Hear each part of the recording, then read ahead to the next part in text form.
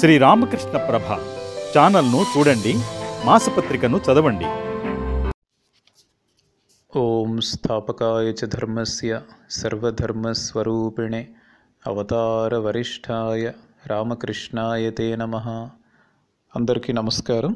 శ్రీ రామకృష్ణ కథామృతం. రామకృష్ణుల వారు చెప్తారు, విషయాసక్తి అనే వ్యాధి టైఫాయిడ్ జ్వరం లాంటిది. ఇటువంటి జ్వరం వచ్చిన రోగి ఉన్న గదిలో ఒక పెద్ద ఆవకాయ జాడి, కొన్ని బిందెలతో నీళ్లు ఉన్నాయంటే అక్కడ పరిస్థితి ఏ విధంగా ఉంటుంది? ఆవకాయ పేరు వింటేనే నోరు ఊరుతుంది. కాబట్టి ఆ రోగికి వ్యాధి త్వరగా నయం కావాలి అంటే ఆ గది నుండి దూరంగా ఉంచాలి. అదేవిధంగా ఈ విషయాసక్తి ఉన్నప్పుడు భగవంతుడిని చేరుకోవడం కష్టం. అందుకే అటువంటి వారు ఏం చేస్తూ ఉండాలి? ఏకాంతవాసం అనే చికిత్స అటువంటి వారికి అవసరమై ఉంటుందన్నమాట.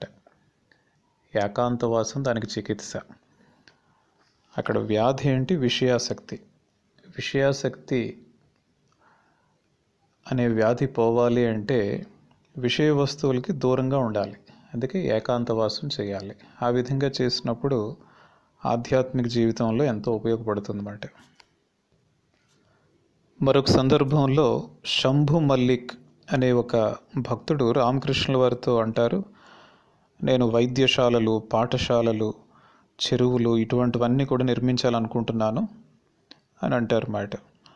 ఇక్కడ రామకృష్ణుల వారు అంటారు, చూడు, నువ్వు అసలు దారిని మర్చిపోయి ఇటువంటి పనుల కోసం మాత్రం ఎదురు చూడకు.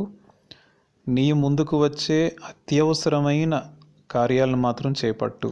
అది కూడా నిస్వార్థ భావంతో, నిర్లిప్త భావంతో ఆచరించాలి.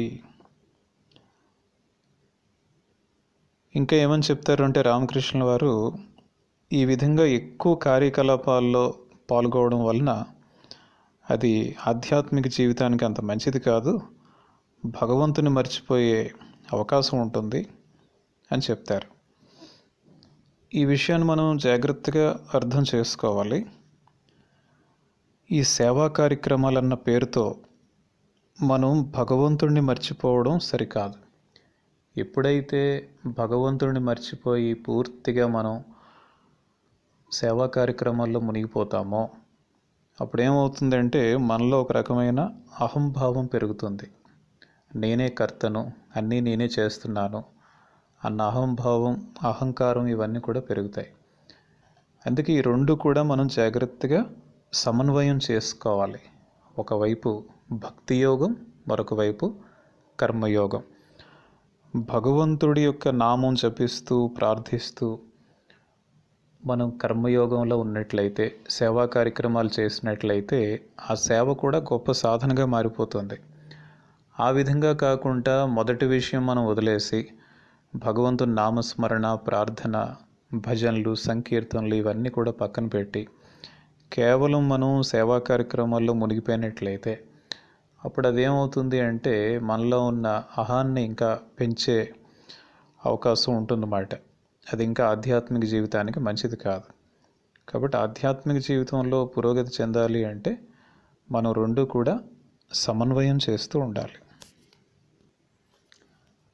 అందుకే రామకృష్ణుల వారు ఇంకా చెప్తారు, ఈ కలియుగంలో భగవన్నామ సంకీర్తన, ప్రార్థనలతో కూడిన భక్తి యోగం చాలా మంచి విధానం.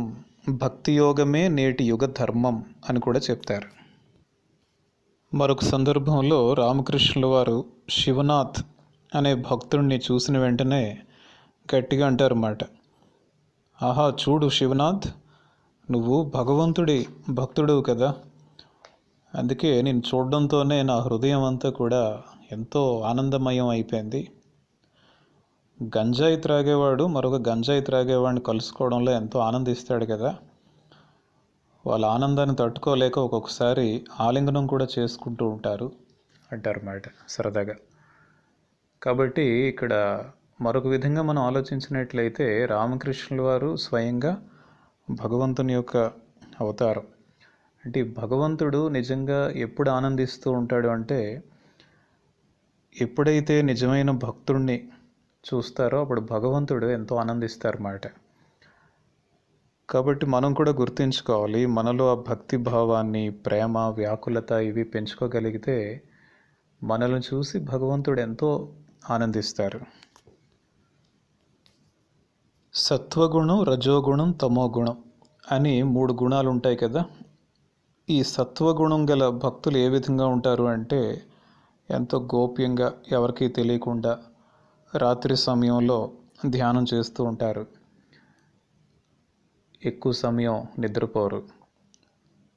తర్వాత రోజు పగటిపూట విశ్రాంతి తీసుకుంటూ ఉంటే మిగిలిన వాళ్ళు అనుకుంటారు రాత్రి సరిగ్గా నిద్రపట్టలేదేమో, అందుకే ఇప్పుడు విశ్రాంతి తీసుకుంటున్నారు అనుకుంటారు. వీరు ఆహారానికి పెద్దగా ప్రాధాన్యం ఇవ్వరు, ఏదో ఉన్నదాంతోనే తృప్తి చెందుతారు. దుస్తులు కూడా ఆడంబరమైనవేవి కూడా వేసుకోరు.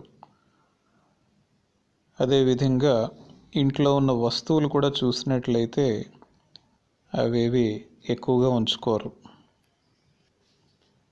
రజోగుణం గల భక్తులు ఏ విధంగా ఉంటారు అంటే, నుదుటిపైన తిలకం దిద్దుకుంటారు, మెడలో రుద్రాక్షమాల ధరిస్తారు, ఆ మాల్లో వీలైతే అక్కడక్కడ బంగారు పూసలు కూడా పెట్టుకుంటారు, పట్టు పంచె ధరించి పూజాది చేస్తారు. ఇంకా తామసిక లక్షణాలు ఉన్న భక్తులు ఏ విధంగా ఉంటారంటే, వారిలో ప్రగాఢమైన విశ్వాసం ఉంటుంది. ఒక గజదొంగ ఒక వ్యక్తిపై పడి ఏ విధంగా అయితే బలాత్కారం చేస్తాడో ఆ విధంగా వారు భగవంతుడితో అన్నీ అడుగుతూ ఉంటారన్నమాట. మాకు ఇది కావాలి, అది కావాలని ఎంతో పట్టుదలతో, ప్రగాఢమైన విశ్వాసంతో వారు భగవంతుడిని ప్రార్థిస్తారు. జగన్మాతపై మనకు తప్పకుండా అటువంటి పట్టుదల ఉండాలి. అది ఏ విధంగా అంటే, ఎటువంటి విశ్వాసం ఉండాలి అంటే, నేను అమ్మ నామాన్ని స్మరించాను, భగవంతుని నామాన్ని స్మరించాను, ఇక నేను ఎలా పాపినవుతాను, నేను స్వయంగా జగన్మాత బిడ్డను కదా అన్న విశ్వాసంతో మనం ముందుకు వెళ్ళాలన్నమాట.